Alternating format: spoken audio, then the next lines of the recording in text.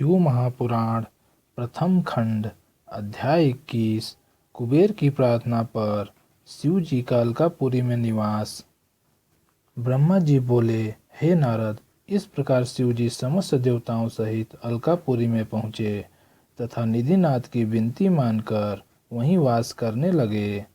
अलकापुरी के अधिपति निधिनाथ ने शिव जी की पूजा करके मेरा भी आदर सत्कार किया। यही बात हर व्यक्ति के लिए उचित है कि जो कोई अपने घर आए उसका सत्कार करे तथा वेद शास्त्र को जानकर अच्छे कर्मों से संसार में प्रसिद्धि प्राप्त करे।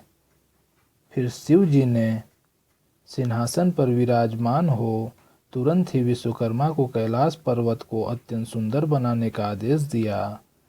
उन्होंने आज्ञा दी कि प्रत्येक गण तथा सूर मुनि लोगों के लिए भी सुंदर सुंदर मंदिरों की स्थापना की जाए। विश्वकर्मा शिव जी का यह आदेश पाकर अत्यंत प्रसन्न हो कैलाश पर्वत पर मंदिर बनाने के लिए प्रवृत्त हुए। उन्होंने एक बहुत सुंदर तथा विचित्र स्थल का निर्माण किया जो भिन्न भिन्न प्रकार की सामग्री तथा रत्नों से अलंकृत बहुमूल्य स्वर्ण पत्रों से सजा हुआ था। बीच में एक मुख्य स्थान शिव जी के लिए निर्मित किया गया। अंतःपुर अलग से बनाया गया। इसके पश्चात उसने शिव जी से आकर प्रार्थना की कि मंदिर बनकर तैयार है, अब और जो कुछ आज्ञा हो उसका पालन करूं। यह सुनकर शिव जी अत्यंत प्रसन्न हुए। तब सबकी यह इच्छा हुई कि शिव जी कैलाश को चलें तो अत्यंत उत्तम हो। अंतर्यामी शिव जी अपने भक्तों के मन की इच्छा समझ गए तथा अपने चरण कमलों से कैलाश पर्वत को सुशोभित किया। इतनी कथा कहकर ब्रह्मा जी बोले, हे नारद, उसी समय मैं और विष्णु दोनों ब्राह्मणों को साथ लेकर शिव जी के पास पहुँचे। तब निधिपति ने हम सबकी ओर से प्रार्थना की कि हे स्वामी, सबकी प्रबल आकांक्षा है कि आपका अभिषेक एवं पूजन किया जाए। हम आपको सिंहासन पर बिठाकर पूजा करें जिसमें हमारा मनोरथ सफल हो। शिव जी ने प्रसन्न होकर यह बात स्वीकार कर ली।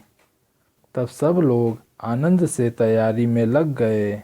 मुनियों ने ज्योतिषों से शुभ मुहूर्त जानकर प्रसन्न हो विष्णु जी से यह कहा कि शिव जी के अभिषेक का मुहूर्त निश्चित हो गया है, अब विलंब न कीजिए।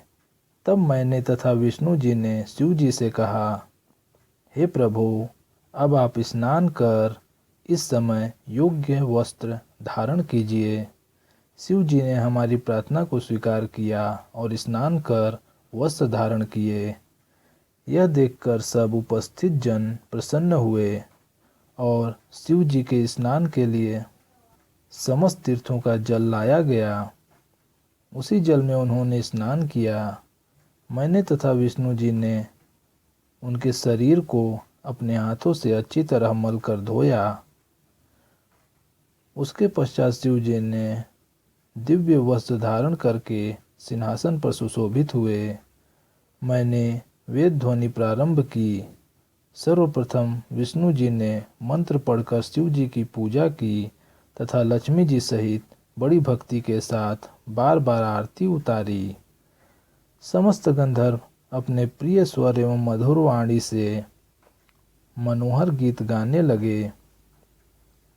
मैंने भी समस्त देवताओं के साथ पूजा की।